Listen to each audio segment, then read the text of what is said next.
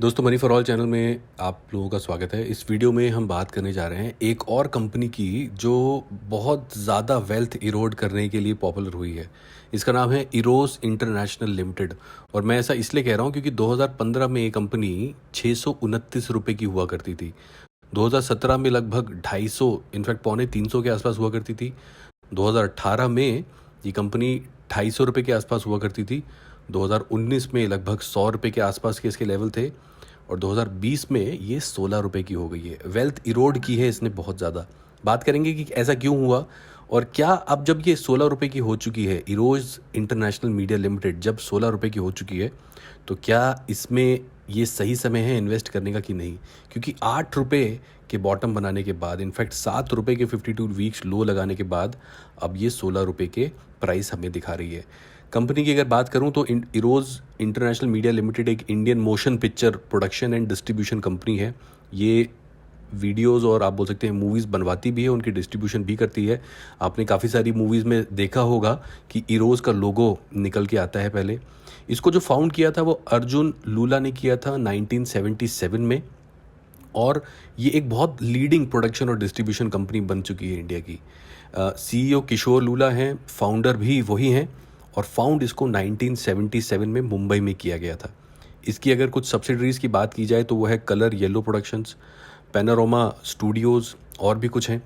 इसकी एल्बम्स में से banjo, English Vinglish, Bajirao Mastani, pencil, वीर, इस तरीके की मूवीज़ हमने इरोज प्रोडक्शन कंपनी से आती हुई देखी। बात करेंगे कि क्या इसमें इन्वेस्ट करना फ़ायदे का सौदा होगा कि नहीं। और जिन्होंने हमसे पहले इन्वेस्ट किया था, हम तो अब सोच रहे हैं, जिन्होंने हमसे पहले इन्वेस्ट कर लिया था 5 सालों तक के रिटर्न को देखेंगे, किस तरीके के रिटर्न्स इरोज ने दिए हैं short term, medium term and long term में। और पिछले 3 सालों में किस तरीके का फाइनेंशियल नंबर इसने प्रेजेंट किया है अपने इन्वेस्टर्स के सामने। तो आइए बात करते हैं इरोज इंटरनेशनल मीडिया लिमिटेड की। मैक्सिमम चार्ट अगर मैं आपको दिखाऊं तो देखिए, चार्ट वैसे तो एक फ्लैट लाइन दिखा रहा था। अक्टूबर में 188 का, 2010 अक्टूबर में 188 का प्राइस था। और ये अगस्त 2003 के बाद से एकदम इसमें स्पाइक आता है, जो कि 2015 में इसको 629 तक ले जाता है। ये जो रिटर्न्स थे वो लगभग 410 के आसपास थे। बट आप बोल सकते हैं सितंबर 2015 में इसमें एकदम से डाउनफॉल आता है। जो स्टॉक 600-700 का हुआ करता था वो एकदम से 200 की रेंज में आके गिर जाता है। बट फिर वहाँ से इसमें गिरावट का कारोबार जारी रहता है। 268 के लेवल जो 2017 में बने थे, वहाँ से लगातार गिरावट आती हुई हमें देखने को मिली है। 5 साल के अगर मैं रिटर्न्स की बात करूँ तो अब से लेके 5 साल पहले के प्राइसेस को देखें, जो कि 410 था, रिटर्न है 95% नेगेटिव। जिसने 1 लाख रुपये लगाया उसके पास केवल 5,000 रुपये बचा है बस। वहीं अगर 1 साल की रिटर्न्स की बात करूं तो 1 साल पहले जो प्राइस 62 था, 73% के नेगेटिव रिटर्न है। आप कैलकुलेट कर सकते हैं कितनी ज़्यादा वेल्थ इरोड हुई है। 6 महीने पहले 15 रुपये का प्राइस था, अब 16 रुपये के आसपास है।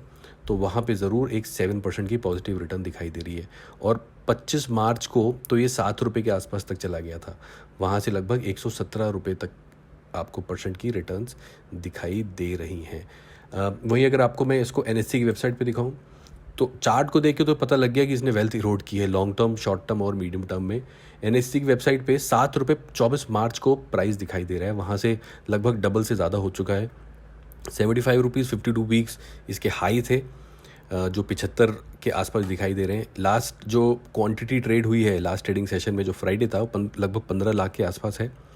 और इसमें 55% डिलीवरी दिखाई दे रही है।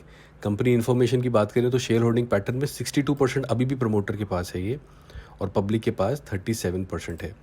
प्लेस्ड 62 में से 38% प्लेस्ड दिखाई दे रहा है।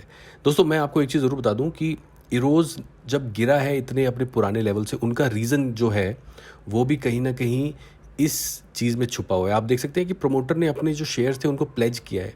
कहीं ना कहीं पैसों की तंगी का सिग्नल निकल के आ रहा है। और एक सवाल जो गूगल पे लोग बहुत जाके सर्च करते हैं कि why is Eros stock falling, तो इसका जवाब जो कॉमन निकल के आ रहा है कि इसलिए फॉल कर रहा है क्योंकि इसको केयर ने डाउनग्रेड कर दिया था। इसकी जो क्रेडिट वर्दीनेस है उसको डिफ़ॉल्ट पे लाके खड़ा कर दिया था। इसकी जो जो डेट की पेमेंट थी, इसके जो उधारियों की किस्तें थी वो नहीं दे पा रहे थे टाइम पे, और जो कैश इनफ्लो होता है किसी भी कंपनी में उसमें इश्यूज दिखाई दिए केयर को, तो इसको इन्होंने डिफ़ॉल्ट की कैटेगरी में डाल दिया। डिफ़ॉल्ट मतलब पैसे नहीं देगा आपके, लो और पुअर कैटेगरी में नहीं डाला, डिफ़ॉल्ट में ही डाल दिया। और आप ये भी देख सकते हैं कि what happen to Eros International, इस तरीके के क्वेश्चंस गूगल कर रहे हैं लोग। तो इसमें एक चीज़ और आई है कि कंपनी 2009 में company was converted into public limited company, 2009 में कन्वर्ट किया गया था। इसका नेम को इरोज इंटरनेशनल में बदल दिया गया था। 2010 में इसको एक्सचेंजेस में लिस्ट किया गया। तब से उसके बाद अब हमको देखने में आ रहा है कि 2019 में इसको डाउनग्रेड कर दिया गया। मतलब इस हिसाब से इसकी रेपुटेशन में खराबी आती हुई देखने को मिली है। और इसमें भी हमें डेरिवेटिव्स में कोई ट्रेडिंग होती हुई दिखाई नहीं दे रही। वहीं अगर इसके और फाइनेंशियल्स की बात की जाए तो आप देख सकते हैं 161 करोड़ का मार्केट कैप है। बहुत ही सस्ते वैल्यूएशन पे इस टाइम अवेलेबल है ये कंपनी। और जो प्रमोटर है उसके तो शेयर्स प्लेस्ड है, हमने देख लिया। पी रेशो केवल 3 रुपये है, यानी कि हर 1 रुपये की कमाई पे इन्वेस्टर 3 रुपये लगाने को तैयार है।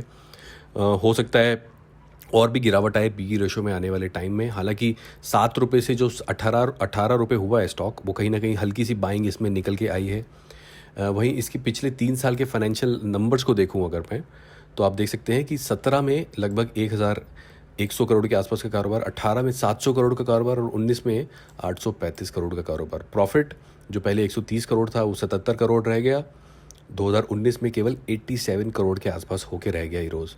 वहीं इसके हम ऑपरेटिंग मार्जिन की बात करें, जो पहले 23% पे काम करती थी, 18 में 31% पे करने लगी, 29 में ये मार्जिन गिर गए जो कि 26% हो गए। सारे प्रॉफिट काटने के बाद जो नेट मार्जिन बना वो कहीं ना कहीं कांस्टेंट है। पहले 11% था और अब 10% के आसपास है। ना ये डिविडेंड दे रही है, ना ही इसने हमें डिविडेंड परसेंटेज और पे आउट कुछ दिखाई नहीं दे रहा इरोज़ में। यानी कि from dividend point of view also it's not paying anything. और चार्ट पे जो रिटर्न्स हमें देखने को मिले हैं वो भी बहुत ज़्यादा वेल्थ इरोड करने वाले हैं। तो इसने लगातार पैसा डुबाया ही है। काफ़ी सारे लोग सवाल पूछते हैं कि क्या इरोज़ के इतने ख़राब प्रदर्शन के बाद अब इसमें इन्वेस्ट करना चाहिए। तो दोस्तों आपने देख ही लिया कि हालांकि इनके मार्जिन ज़रूर कांस्टेंट रहने में कामयाब रहे, बट इनका सेल्स आप देखिए 17 के मुकाबले सेल्स 19 में कहाँ आके रह गई। और प्रॉफिट देखिए आप, 130 करोड़ हुआ करता था, 87 है। और जब इनको केयर ने डाउनग्रेड कर दिया है, एक डिफ़ॉल्ट की कैटेगरी में डाल दिया है पेमेंट देख के और कैश इनफ्लो को देखते हुए, तो ऐसी कंपनी में इन्वेस्ट करना तो किसी भी समझदार इन्वेस्टर के लिए एक मूर्खतापूर्ण कदम ही होगा। और इसके आप देखें आरएसआई, अभी क्योंकि कुछ दिनों से एक ग्रीन बार बन रहा है तो आरएसआई भी ऊपर चला गया। अब जो लोग स्विंग ट्रेडर हैं इससे निकलने का टाइम आ चुका है दोस्तों, क्योंकि आरएसआई कहीं ना कहीं एक ओवरबॉट में जा रहा है। दोबारा से ये सेटल होगा वो, और जब सेटल होगा वो 50 तक आरएसआई जा सकता है, बिकॉज पिछले कुछ टाइम का ट्रेंड तो हमें यही दिखा रहा है। इससे पहले आरएसआई बॉटम भी बना चुका है 28 तक के। वहीं 30 डेज़ मूविंग एवरेज हल्की हल्की ऊपर जाती दिख रही है और 90 डेज़ मूविंग एवरेज इसमें एक नीचे के मूव का इशारा कर रही है। इरोज इंटरनेशनल से जुड़ी कुछ खबरें अगर देखें तो why Eros stock is following, इस तरीके का क्वेश्चन है। हमने पहली बात की इरोज इंटरनेशनल टू पे भंसाली प्रोडक्शन 19 लाख समथिंग, ये खबर हमें दिखाई दे रही है। तो दोस्तों इस तरीके की खबर आ रही है कि इनकी जो लेनदारी है, इनको जो देना है लोगों को, जो देनदारी है उसकी खबरें हमें दिखाई दे रही हैं। अब सबसे बड़े सवाल का जवाब कि क्या इरोज में इन्वेस्ट करना चाहिए कि नहीं। दोस्तों लॉन्ग टर्म के लिए तो अभी तक की जितनी बातें की हैं इरोज के लिए समझ में आ चुका है कि ये लॉन्ग टर्म का सौदा नहीं है। बट क्योंकि पिछले कुछ टाइम में, और जो लोग फुल टाइमर हैं मार्केट में, वो इस तरीके की अपॉर्चुनिटीज़ देखते हैं। पिछले कुछ टाइम में हम देखें तो इसने अच्छे खासे रिटर्न दे दिए हैं, लगभग 100% से आसपास इसने रिटर्न दे दिए हैं। पैसा डबल कर लिया है इसने लोगों का। जब ये 7 रुपये चला गया था उस टाइम जिसने इसमें सवारी की, अब 16 रुपये तक उसकी स्टॉक की वैल्यू हो चुकी है। तो स्विंग ट्रेडिंग की अपॉर्चुनिटी डेफिनेटली इरोज में बनती है जब जब stock with the bottom RSI. अब मैं ये नहीं बोल रहा कि अगर ये अभी 15-20 रुपये और पे है और आरएसआई इसका ओवर सोल्ड हो जाता है तब इसमें इन्वेस्टमेंट करनी चाहिए। आरएसआई को देख के ही स्विंग ट्रेडिंग करें इरोज में भी, जैसा मैंने कुछ और वीडियोस में बताया है कुछ और स्टॉक्स की जो चार्ट में परफॉर्म नहीं कर रही, पिट चुकी है कंपनी।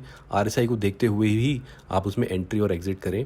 इरोज में भी कुछ ऐसा ही दिखाई दे रहा है। और इस टाइम जब 7 रुपये चला गया था तब आरएसआई भी इसका कुछ आप देख सकते हैं चार्ट में जाके ज़्यादा अच्छा नहीं था। आपको दोबारा मैं आरएसआई दिखा देता हूँ। आरएसआई इस टाइम पे देखिए कैसे 27 के आसपास था जब ये बहुत बुरी तरह पिटा था, और इस टाइम भी आरएसआई इसका 28 के आसपास है। तो जब जब ओवरसोल्ड में जाए तब इसमें स्विंग ट्रेडिंग के लिए अपॉर्चुनिटियाँ बनती हैं। बट अदरवाइज़ ये किसी भी तरीके से इन्वेस्टर के लिए बिल्कुल भी इन्वेस्टमेंट का सौदा नहीं है। तो दोस्तों ये मेरी राय है इरोस के बारे में। इसी के साथ I wind up the video. Thank you so much for watching.